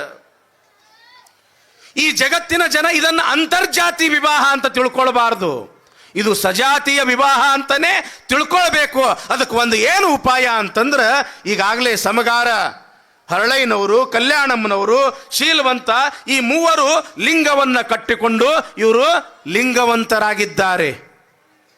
ಇನ್ನು ಬ್ರಾಹ್ಮಣ ಧರ್ಮದವನಾಗಿರ್ತಕ್ಕಂಥ ಮಧುವಯ್ಯನ ಹೆಂಡತಿ ಮತ್ತು ಮಧುವಯ್ಯನ ಮಗಳು, ಇವರು ಮೂವರು ಕೂಡ ಲಿಂಗವನ್ನ ಧಾರಣೆ ಮಾಡಿಕೊಂಡಲ್ಲಿ ಇವರು ಕೂಡ ಲಿಂಗವಂತರಾಗ್ತಾರೆ. ಇವರು ಯಾವಾಗ ಲಿಂಗವಂತರಾದ್ರು ಆವಾಗ ಇಬ್ಬರ ಮದುವೆಯನ್ನ ಮಾಡಿದ್ವಿ ಅಂತಂದ್ರೆ ಇದು ವಿಜಾತಿ ಮದುವೆ ಅನಿಸುವುದಿಲ್ಲ, ಇದು ಸಜಾತಿ ಮದುವೆ ಅನಿಸ್ತದ ಅಂತ ತಿಳ್ಕೊಂಡು ಒಂದು ನಿರ್ಧಾರ ತಗೊಂಡು ಆ ಅನುಭವ ಮಂಟಪದೊಳಗ ಅದೊಂದು ನಿರ್ಧಾರ ಮಾಡಿದ್ರು. ಅದಕ್ಕೆ ಅಲ್ಲಮ ಪ್ರಭುದೇವರು ಸಹಿ ಹಾಕೇ ಬಿಟ್ರು, ರುಜು ಹಾಕೇ ಬಿಟ್ರು. ಆಯ್ತು ಅಂತ ತಿಳ್ಕೊಂಡು ತಡ ಮಾಡದೆ ಬಸವಣ್ಣನವರ ನೇತೃತ್ವದೊಳಗ ಮಧುವಯ್ಯನ ಮಗಳ ಹರಳಯ್ಯನವರ ಮಗನ ಮದುವೆ ಆಗೇ ಬಿಡ್ತು. ಯಾವಾಗ ಇವರಿಬ್ಬರ ಮದುವೆ ಆತೋ ಅಲ್ಲಿ ಇರ್ತಕ್ಕಂಥ ಕೊಂಡಿ ಮಂಚಣ್ಣ ಓಡೋಡಿ ಓಡೋಡಿ ಓಡೋಡಿ ಅರಮನೆಗೆ ಬಂದ. ಮಹಾರಾಜರೇ, ಕಲ್ಯಾಣ ಕೆಟ್ಟೋಯ್ತು, ಧರ್ಮ ಕೆಟ್ಟೋಯ್ತು, ಆಚಾರ ವಿಚಾರ ಎಲ್ಲವೂ ಕೂಡ ಕಲ್ಯಾಣದೊಳಗ ಹಳ್ಳ ಹಿಡ್ಕೊಂಡು ಹೋತು. ಯಾಕ ಅಂತಂದ್ರ ಬಸವಣ್ಣ ಒಬ್ಬ ಬ್ರಾಹ್ಮಣರ ಮನೆಯ ಮಗಳನ್ನ ಸಮಗಾರ ಮನೆಯ ಒಬ್ಬ ಮಗನಿಗೆ ಕೊಟ್ಟು ಮದುವೆಯನ್ನ ಮಾಡಿದಾನೆ, ಅಂತರ್ಜಾತಿ ವಿವಾಹ ಮಾಡಿದಾನೆ, ಧರ್ಮವನ್ನ ಕುಲಗೆಡಿಸಿದಾನೆ. ಇಂಥ ಬಸವಣ್ಣನಿಗೆ ಘೋರ ಶಿಕ್ಷೆ ಆಗಬೇಕು ಅಂತ ತಿಳ್ಕೊಂಡು ಕೊಂಡಿ ಮಂಚಣ್ಣ ರಾಜನಾಗಿರ್ತಕ್ಕಂಥ ಬಿಜ್ಜಳ ಮಹಾರಾಜನ ಕಿವಿ ತುಂಬೇ ಬಿಟ್ಟ. ಬಿಜ್ಜಳ ಮಹಾರಾಜ ಬಹಳ ಒಳ್ಳೆಯವನು, ಮೈಯೆಲ್ಲ ಬಂಗಾರ, ಆದರೆ ಕಿವಿ ಮಾತ್ರ ತಗಡಿಂದು. ಯಾರು ಹೇಳಿದ್ರು ಕೂಡ ಪಟಕ್ನೆ ನಂಬಿ ಬಿಡ್ತಿದ್ದ, ಅದನ್ನು ಸಾರಾಸಾರ ವಿಚಾರ ಮಾಡ್ತಿದ್ದಿಲ್ಲ. ಯಾವಾಗ ಅಂತರ್ಜಾತಿ ವಿವಾಹ ಬಸವಣ್ಣ ಮಾಡ್ಸೇನ ಅನ್ನೋದು ಗೊತ್ತಾಗಿ ರಾಜನಾಗಿರ್ತಕ್ಕಂಥ ಬಿಜ್ಜಳ ಬಸವಣ್ಣನವರನ್ನ ಕರಿಯಾಕ ಕಳಿಸಿದ್ರು. ಬಸವಣ್ಣವ್ರು ಬಂದ್ರು. ಏನು ಬಸವಣ್ಣ, ಅಂತರ್ಜಾತಿ ವಿವಾಹ ಮಾಡಿಸಿ ಏನು ಕಲ್ಯಾಣದೊಳಗ? ಇಲ್ಲ ಮಹಾರಾಜರೇ, ನಾನು ಸಜಾತಿಯ ವಿವಾಹವನ್ನೇ ಮಾಡಿಸಿದ್ದೀನಿ. ಮತ್ತು ಆ ಕನ್ಯೆ ಬ್ರಾಹ್ಮಣರದು ವರ ಏನೈತೆಲ್ಲ ಸಮಗಾರದು ಅಂದ ಬಳಿಕ ಅಂತರ್ಜಾತಿ ಆತಲ್ಲ. ಜಾತಿ ಬೇರೆ ಇದ್ರೂ ಕೂಡ ಅವರಿಗೆ ನಾನು ಶಿವದೀಕ್ಷೆಯನ್ನ ಮಾಡಿ ಮದುವೆಯನ್ನ ಮಾಡಿದ್ದೀನಿ ಅಂದ ಬಳಿಕ ಅಲ್ಲಿ ಭೇದ ಅನ್ನೋದು ಇಲ್ಲ. ಯಾಕ? ಶಿವ ಸಂಸ್ಕಾರ ಯುಕ್ತೇಶು ಜಾತಿ ಭೇದೋನ ವಿದ್ಯತೆ. ಒಂದಲ್ಲ ಎರಡಲ್ಲ, ನಾನಾ ರೀತಿಯ ಕಟ್ಟಿಗೆಯನ್ನು ತಂದು ಉರಿಯಲ್ಲಿ ಹಾಕಿದಾಗ ಆ ಕಟ್ಟಿಗೆ ಸುಟ್ಟು ಏನಾಗ್ತದ? ಬೂದಿ ಆಗ್ತದ. ಯಾವಾಗ ಅದು ಕಟ್ಟಿಗೆಯಾಗಿ ಇತ್ತೋ ಅಲ್ಲಿವರೆಗೆ ಇದು ಬೇವಿನ ಕಟ್ಟಿಗೆ, ಇದು ಮಾವಿನ ಕಟ್ಟಿಗೆ, ಇದು ಚಂದನದ ಕಟ್ಟಿಗೆ, ಇದು ತೇಗಿನ ಕಟ್ಟಿಗೆ. ಕಟ್ಟಿಗೆ ಯಾವಾಗ ಸುಡುತ್ತೋ ಆವಾಗ ಅದು ಕೇವಲ ಬೆಂಕಿ. ಹಂಗ ಲಿಂಗ ದೀಕ್ಷೆ ಆಗೋದಕ್ಕಿಂತ ಮುಂಚೆ ಆ ಜಾತಿ ಬೇರೆ, ಈ ಜಾತಿ ಬೇರೆ, ಆ ಜಾತಿ ಅವ, ಈ ಜಾತಿ ಅವ ಎಂಬತಕ್ಕಂಥ ಭೇದ ಇರ್ತದ.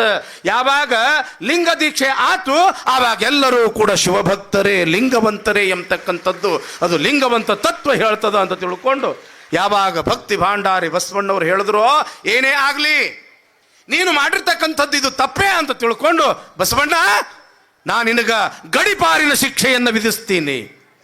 ನೀನೊಬ್ಬ ಕರಣಿಕನಾಗಿ ನನ್ನ ಹತ್ರ ಬಂದೆ, ನಿನ್ನ ಪ್ರಾಮಾಣಿಕತೆಯನ್ನು ನೋಡಿ ಪ್ರಧಾನಿಯ ಪಟ್ಟವನ್ನು ಕೂಡ ಕಟ್ಟಿದೆ. ಅಷ್ಟೇ ಅಲ್ಲದೆ ಸಾಕು ತಂಗಿಯಾಗಿರ್ತಕ್ಕಂಥ ನೀಲಮ್ಮನನ್ನು ಕೊಟ್ಟು ಮದುವೆಯನ್ನು ಕೂಡ ಮಾಡಿದೆ. ಆದರೆ ಬಸವಣ್ಣ, ನೀ ಅಂತರ್ಜಾತಿ ವಿವಾಹ ಮಾಡಿ ಕುಲವನ್ನು ಗೆಡಿಸಿ ಅಂದ ಬಳಿಕ ನೀನು ಕಲ್ಯಾಣದೊಳಗೆ ಇರಬಾರ್ದು, ನಿನಗೆ ಗಡಿಪಾರಿನ ಶಿಕ್ಷೆ ಅಂತಾನೆ ಯಾರು ರಾಜನಾಗಿರ್ತಕ್ಕಂಥ ಬಿಜ್ಜಳ. ಆವಾಗ ಬಸವಣ್ಣನವರು ಆನು ಈ ಬಿಜ್ಜಳಂಗಂಜುವೆನೆ ಅಂತಾರ. ಅವರು ಒಂದು ಶಾಸನ ಅದ ಅಂದ ಬಳಿಕ ಆ ಶಾಸನಕ್ಕೆ ಒಂದು ಕಾಯ್ದೆ ಕಾನೂನು ಅದ ಅಂದ ಬಳಿಕ ನಾವು ರಾಜರೇ ಆಗಲಿ, ಮಹಾರಾಜರೇ ಆಗಲಿ, ಬೇಕಾದಂಥ ದೊಡ್ಡ ವ್ಯಕ್ತಿನೇ ಆಗಿರಲಿ, ಆದ್ರೆ ವ್ಯಕ್ತಿ ದೊಡ್ಡದಲ್ಲ, ಕಾನೂನು ಬಹಳ ದೊಡ್ಡದು, ಕಾಯ್ದೆ ಬಹಳ ದೊಡ್ಡದು. ಆಯ್ತು, ಈ ಶಾಸನಕ್ಕೆ ನಾನು ಮರ್ಯಾದೆಯನ್ನು ಕೊಟ್ಟು ಕಲ್ಯಾಣವನ್ನು ತ್ಯಾಗ ಮಾಡ್ತೀನಿ ಅಂತ ತಿಳ್ಕೊಂಡು ಬಸವಣ್ಣನವರು ಕಲ್ಯಾಣವನ್ನು ತ್ಯಾಗ ಮಾಡೇ ಬಿಟ್ರು. ಈ ಸುದ್ದಿ ಕಲ್ಯಾಣದೊಳಗೆಲ್ಲ ಗೊತ್ತಾತು. ಬಸವಣ್ಣನವರಿಗೆ ರಾಜ ಗಡಿಪಾರಿನ ಶಿಕ್ಷೆ ವಿಧಿಸ್ಯಾನ ಅನ್ನೋದು ಗೊತ್ತಾತು. ಬಸವಣ್ಣವರು ನಡೆದಿದ್ರು, ಎಲ್ಲ ಶರಣ ಸಂಕುಲ ಓಡೋಡಿ ಓಡೋಡಿ ಓಡೋಡಿ ಬಂದು ಬಸವಣ್ಣನವರ ಪಾದಕ್ಕೆ ಬೀಳ್ತದ. ಆವಾಗ ವಯಸ್ಸಿನಲ್ಲಿ ಚಿಕ್ಕವನಾಗಿರ್ತಕ್ಕಂಥ ಉಳವಿಯ ಚೆನ್ನ ಬಸವಣ್ಣ, ಅಪ್ಪ ಗುರುವೇ ಸಂಗಮನಾಥ, ಇದೆಂಥ ಕಾಲ ಬಂತು, ನೀವು ಮಾಡಿದ್ರಲ್ಲಿ ಏನು ತಪ್ಪದ? ಬಸವಣ್ಣವರಂತಾರ, ಒಲೆ ಹತ್ತಿ ಉರಿದರೆ ನಿಲ್ಲಬಹುದಲ್ಲದೆ ಧರೆ ಹತ್ತಿ ಉರಿದರೆ ನಿಲ್ಲಬಹುದೇ. ಏರಿ ನೀರುಂಬಡೆ ಬೇಲಿ ಹೊಲಮೇವೊಡೆ, ನಾರಿಯ ಎದೆ ಹಾಲು ನಂಜಾಗಿ ಕೊಲುವಡೆ, ಇನ್ನಾರಿಗೆ ದೂರುವೆ ತಂದೆ ಕೂಡಲ ಸಂಗಮ ದೇವ. ದೊಡ್ಡವರ ತಿಳಿದವರ ತಪ್ಪು ಮಾಡುವಾಗ ಇನ್ನ ಆ ತಪ್ಪನ್ನು ಎದುರಿಸೋದು ಬಹಳ ಕಷ್ಟದ ಕೆಲಸ. ತಿಳಿದವರೇ ತಪ್ಪು ಮಾಡಿದಾಗ ಅದು ಬಹಳ ದೊಡ್ಡ ಅನಾಹುತಕ್ಕೆ ಕಾರಣ ಆಗ್ತದ. ಅದಕ್ಕೆ ಬಸವಣ್ಣವ್ರ ಮನಸ್ಸು ಬಹಳ ನೊಂದಿತ್ತು. ಅವಾಗಂತಾರ, ನಾವು ಬಂದ ಕಾರ್ಯಕ್ಕೆ ನೀವು ಬಂದಿರಿ, ನೀವು ಬಂದ ಕಾರ್ಯಕ್ಕೆ ನಾವು ಬಂದೆವು, ನೀವು ಬಂದ ಕಾರ್ಯಕ್ಕೆ ಬಂದಾತ ಅಲ್ಲಮಾ ಪ್ರಭು. ನಾವೆಲ್ಲರೂ ಯಾವ ಕಾರಣಕ್ಕಾಗಿ ಬಂದ್ವಿ? ಈ ಕಲ್ಯಾಣವನ್ನ ಕೈಲಾಸವನ್ನಾಗಿ ಮಾಡಬೇಕು ಅಂತ ಬಂದ್ವಿ. ಯಾವುದೇ ರೀತಿಯ ಭೇದ ಭಾವ ಇಲ್ಲದೆ ಪ್ರತಿಯೊಬ್ಬರು ಕೂಡ ಕಾಯಕ ದಾಸೋಹ ಮಾಡ್ತಾ ಬದುಕಬೇಕು ಅನ್ನೋ ಕಾರಣಕ್ಕಾಗಿ ಈ ಜಗತ್ತಿಗೆ ಒಂದು ಸಂದೇಶ ಕೊಡಕ್ಕಾಗಿ ನಾವು ಬಂದ್ವಿ. ನಾವೊಬ್ಬರು ಪಣತೆ ಆದ್ವಿ, ಒಬ್ಬರು ದೀಪ ಆದ್ವಿ, ಏನು ಒಬ್ಬರು ಬತ್ತಿ ಆದ್ವಿ, ಒಬ್ಬರು ದೀಪ ಆದ್ರು. ಆವಾಗ ಕಲ್ಯಾಣ ಎಲ್ಲ ಬೆಳಕಾಯಿತು. ಆದ್ರೆ ಪಣತೆ ಒಡೆದು ಬಿಡುತ್ತು, ತೈಲ ಚೆಲ್ಲಿ ಬಿಡುತ್ತು, ಬತ್ತಿ ನಂದಿ ಬಿಡುತ್ತು, ಕಲ್ಯಾಣ ಹಾಳಾಯಿತು ಅಂತ ತಿಳ್ಕೊಂಡು ಮನವನ್ನು ನೊಂದು, ಚನ್ನಬಸವಣ್ಣ ಇನ್ನು ಮುಂದೆ ಈ ಅನುಭವ ಮಂಟಪದ ಜವಾಬ್ದಾರಿ ನಿಂದಪ್ಪ, ಈ ಎಲ್ಲ ಶರಣ ಸಂಕುಲದ ಜವಾಬ್ದಾರಿ ನಿಂದಪ್ಪ ಅಂತ ತಿಳ್ಕೊಂಡು ಹೇಳಿ ಕೂಡಲ ಸಂಗಮದತ್ತ ಬಸವಣ್ಣನವರು ಹೊರಟೇ ಬಿಟ್ರು. ಆ ದಿವಸ ರಾತ್ರಿ ಬಿಜ್ಜಳ ರಾಜನ ಆಸ್ಥಾನದಲ್ಲಿ ಮಂತ್ರಿಯಾಗಿರ್ತಕ್ಕಂಥವನು ಜಗದೇವ ಅಂತ.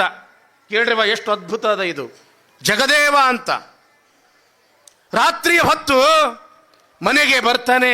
ಅವ್ವಾ ಹೊಟ್ಟಿ ಬಹಳ ಹಸದ, ಊಟಕ್ಕೆ ಕೊಡುವಂತನ ಜಗದೇವ ಮಂತ್ರಿ. ತಾಯಿ ಏನು ಮಾಡ್ತಾಳೆ ಗೊತ್ತದ ಏನು?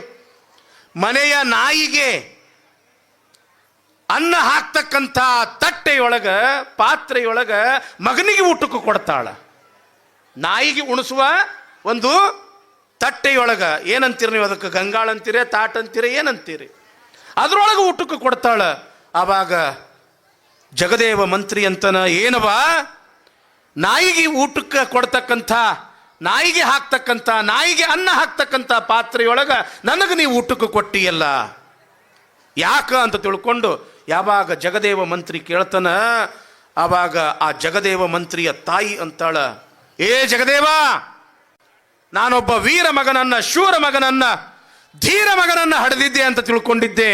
ಆದ್ರೆ ನಾನೊಬ್ಬ ವೀರ ಮಗನನ್ನು ಹಡೆದಿಲ್ಲ, ಬದಲಾಗಿ ಒಬ್ಬ ನಪುಂಸಕ ಮಗನನ್ನು ಹಡೆದಿದ್ದೀನಿ, ಒಬ್ಬ ನಪುಂಸಕ ಮಗನನ್ನು ಹಡೆದಿದ್ದೀನಿ ಅಂತ ತಿಳ್ಕೊಂಡು ಯಾವಾಗ ತಾಯಿ ಅಂದಳು, ಯಾಕವ ಹಿಂಗನ್ನ ಕತ್ತಿಯಲ್ಲ, ಯಾಕ ಏನೋ ಜಗದೇವ.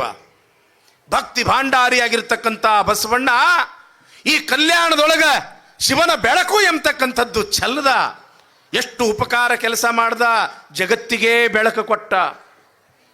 ಅಂಥ ಸಂದರ್ಭದೊಳಗ ಇವತ್ತು ಎಂಥ ಶಿಕ್ಷೆ ನಡೆದದ ಗೊತ್ತದ ಏನು? ಕಲ್ಯಾಣದೊಳಗ ಯಾರು ಮಧುವಯ್ಯ ಹರಳಯ್ಯ ಎಂಬತಕ್ಕಂಥವ್ರು ತಮ್ಮ ಮಕ್ಕಳಿಗೆ ಮದುವೆಯನ್ನ ಮಾಡಿದ್ರು, ಅಂಥ ಮಧುವಯ್ಯ ಹರಳಯ್ಯನ ಕಣ್ಣುಗಳನ್ನು ಕೀಳಿಸಿ ಆನೆಯ ಕಾಲಿಗೆ ಕಟ್ಟಿ ಆ ಆನೆಯ ಕಾಲಿನಿಂದ ಅವರನ್ನ ತುಳಿಸಿ ಕೊಲ್ಲಿಸಿ ಎಳೆಹೂಟಿ ಶಿಕ್ಷೆಯನ್ನ ವಿಧಿಸಿ ಎಂಥ ಘೋರವಾಗಿರ್ತಕ್ಕಂಥ ಅನ್ಯಾಯ ಮಾಡ್ಯಾರ ಗೊತ್ತದ ಏನೋ ಜಗದೇವ.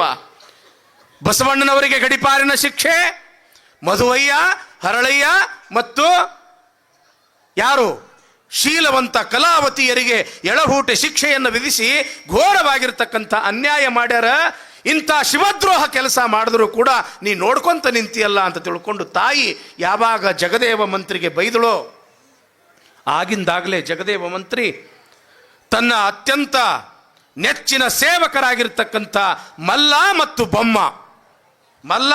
ಮತ್ತು ಬಮ್ಮ ಇಬ್ಬರು ಸೇವಕರನ್ನ ಕರೆದುಕೊಂಡು, ಏನೇ ಆಗಲಿ ಇವತ್ತು ಎಳೆಹೂಟಿ ಶಿಕ್ಷೆಯನ್ನು ವಿಧಿಸಿರ್ತಕ್ಕಂಥ ಆ ಬಿಜ್ಜಳನನ್ನ ಕೊಂದೇ ಬಿಡಬೇಕು ಅಂತ ತಿಳ್ಕೊಂಡು ಆ ಅರಮನೆಯನ್ನ ಹೊಕ್ಕು ಸಿಂಹಾಸನದ ಮೇಲೆ ಕುಳಿತಿರ್ತಕ್ಕಂಥ ಬಿಜ್ಜಳ ಮಹಾರಾಜನ ರುಂಡವನ್ನ ಚಂಡಾಡಿಯೇ ಬಿಟ್ರು ಜಗದೇವ ಮತ್ತು ಮಲ್ಲಿಬಮ್ಮ. ಯಾವಾಗ ಬಿಜ್ಜಳ ಮಹಾರಾಜನ ಕೊಲೆ ಆತು, ಕಲ್ಯಾಣ ಅಲ್ಲೋಲ ಕಲ್ಲೋಲ ಆತು. ಬಿಜ್ಜಳ ಮಹಾರಾಜನ ಮಗನಾಗಿರ್ತಕ್ಕಂಥ ಸೋಮಿದೇವ ಎಲ್ಲರಿಗೂ ಆಜ್ಞೆಯನ್ನು ವಿಧಿಸಿದ, ನನ್ನ ತಂದೆಗೆ ಶರಣರೇ ಕೊಂದಿದ್ದಾರೆ, ಎಲ್ಲೆಲ್ಲಿ ಶರಣರು ಕಾಣಿಸ್ತಾರ ಅವರನ್ನು ನೀವು ಕೊಲೆ ಮಾಡ್ರಿ ಅಂತ ತಿಳ್ಕೊಂಡು ಆಜ್ಞೆಯನ್ನು ಕೊಟ್ಟ. ಆಜ್ಞೆ ಕೊಡುವುದೇ ತಡ ಅಲ್ಲಿ ಇರ್ತಕ್ಕಂಥ ಬಿಜ್ಜಳನ ಸೈನಿಕರು ಎಲ್ಲೆಲ್ಲಿ ಶರಣರು ಕಾಣಿಸ್ತಾರ ಅವರನ್ನು ಕೊಲ್ಲಾಕ ಶುರು ಮಾಡಿದ್ರು.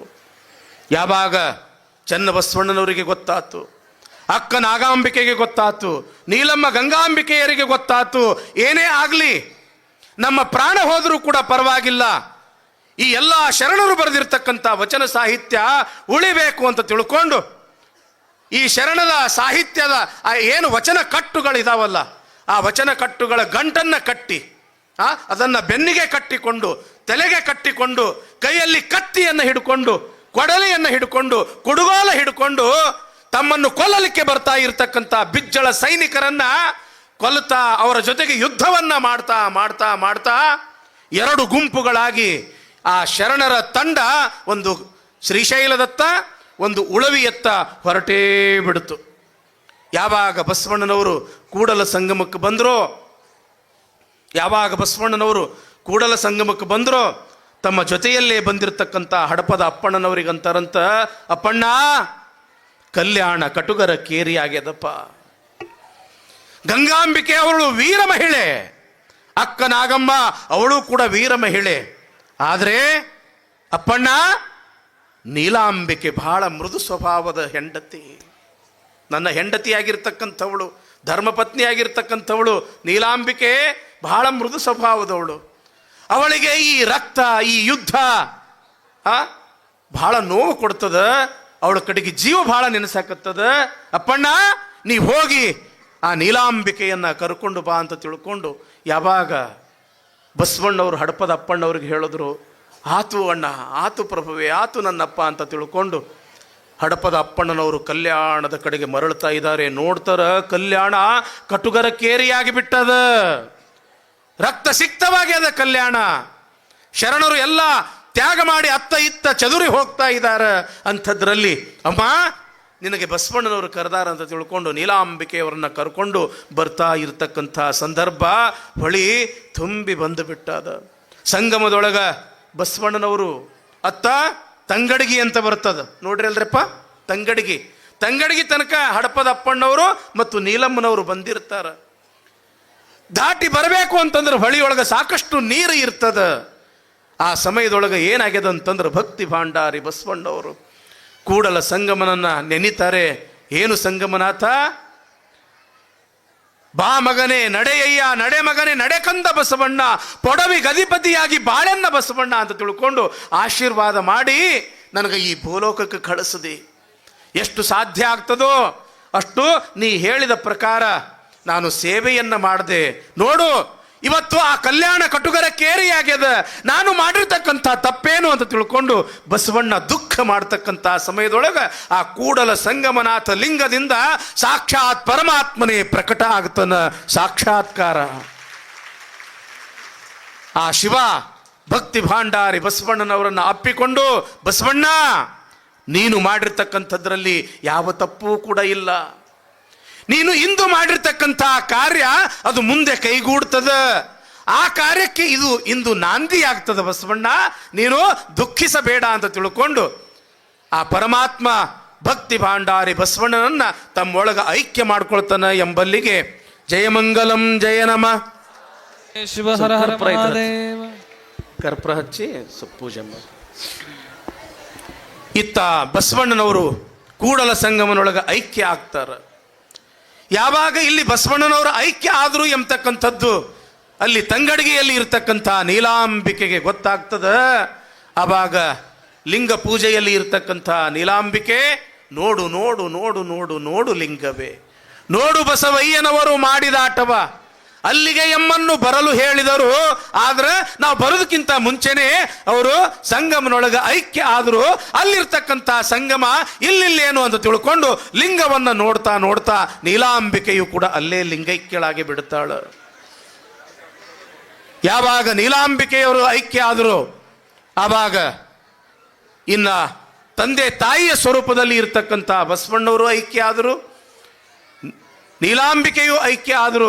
ನಾನು ಉಳಿದು ಏನು ಮಾಡಬೇಕು ಅಂತ ತಿಳ್ಕೊಂಡು ಹಡಪದ ಅಪ್ಪಣ್ಣನವರು ಕೂಡ ಲಿಂಗವನ್ನು ನೋಡ್ತಾ ನೋಡ್ತಾ ಐಕ್ಯ ಆದರು ಎಂಬತಕ್ಕಂಥ ಒಂದು ಬಸವ ಪುರಾಣದಲ್ಲಿ ಈ ಚರಿತ್ರೆಯನ್ನು ನಾವು ಈ ರೀತಿಯಾಗಿ ನೋಡ್ತಾ, ಈ ರೀತಿಯಾಗಿ ಭೀಮ ಕವಿಗಳು ಬಸವ ಪುರಾಣದೊಳಗೆ ಬಸವಣ್ಣನ ಚರಿತ್ರೆಯನ್ನು ಈ ರೀತಿಯಾಗಿ ಹೇಳ್ತಾ ಕೊನೆಯದಾಗಿ ಇದು ಸಕಲ ಮಾಹೇಶ್ವರಾಮಳ ಪದ ಪಯೋಜ ಪರಾಗ ಮದಷಡ್ ಪದಿಯನಿಪ ಪಾಲ್ಕುರಿಕೆ ಸೋಮೇಶ್ವರನ ಕಾರುಣ್ಯ ಒದವಿದಖಿಳ ಕಳಾಪ್ರಪೂರಿತ ಹೃದಯ ಭೀಮ ಕವಿ ಪ್ರಣೀತಾಭ್ಯುದಯ ಬಸವ ಪುರಾಣ ಕಥೆಯೊಳಗಷ್ಟಮಾಶ್ವಾಸ ಅಂತೂ ಕಾಂಡ 8 ಸಂಧಿ 60 ಪದಂಗಳು 3628 ಮಂಗಳಂ ಮಹಾ ಶ್ರೀ ಶ್ರೀ ಶ್ರೀ ಬಸವ ಪುರಾಣ ಸಮಾಪ್ತಂ. ಜಯಮಂಗಲಂ ಜಯ ನಮ ಪರಾಪತೆ ಶಿವ ಹರ ಹರ ಮಹಾದೇವ. ಈ ರೀತಿಯಾಗಿ ಭೀಮ ಕವಿಗಳು ಬಸವ ಪುರಾಣವನ್ನು ಮುಕ್ತಾಯಗೊಳಿಸ್ತಾರೆ. ಆದರೆ ನಮ್ಮ ಧರ್ಮದಲ್ಲಿ ಯಾವುದಕ್ಕೂ ಕೂಡ ಮಂಗಳ ಎಂಬತಕ್ಕಂಥದ್ದಿಲ್ಲ. ಅದಕ್ಕೆ ಮತ್ತೆ ಪ್ರಾರಂಭ ಅನ್ನೋದಕ್ಕೆ ಮತ್ತೆ ಇಲ್ಲಿ ಬಸವ ಪುರಾಣವನ್ನು ಪ್ರಾರಂಭ ಮಾಡೋಣ. ಶ್ರೀ ಗುರುವೆ ದೀಕ್ಷಾ ಗುರುವೆ ಶಿಕ್ಷಾ ಗುರುವೆ ರಕ್ಷಾ ಗುರುವೆ ಸರ್ವಾಗಮೋಕ್ತ ಕಳಾ ಗುರುವೆ ಶಿವಯೋಗ ಧರ್ಮಾರ್ಥ ಭೋಗ ಗುರುವೆ ತ್ಯಾಗ ಗುರುವೆ ಸುಧೀ ಗುರುವೆ ವಾಚಾ ಗುರುವೆ ಭವರೋಗ ಹರ ಶರಣಾಗು ಬಸವ ಮಹಾಗುರು ಎಮಗೆ ಅಂತ ತಿಳ್ಕೊಂಡು ಭೀಮ ಕವಿಗಳು ಮತ್ತೆ ಈ ಬಸವ ಪುರಾಣವನ್ನು ಪ್ರಾರಂಭ ಮಾಡ್ತಾರೆ ಅನ್ನುವಲ್ಲಿಗೆ ನಮ್ಮ ಸೇವೆಯನ್ನು ಹಾನಗಲ್ಲ ಗುರುಕುಮಾರೇಶ್ವರರ ಒಂದು ಪಾದಕ್ಕೆ ಅರ್ಪಣೆಯನ್ನು ಮಾಡ್ತಾ ಇದ್ದೀವಿ. ಜಯಮಂಗಲಂ ಜಯ ನಮ ಪರಾಪತೆ ಶಿವ ಹರ ಹರ ಮಹಾದೇವ. ಎಷ್ಟೊತ್ತು ಕೇಳಿದ್ರಿ ತಂಗಿ?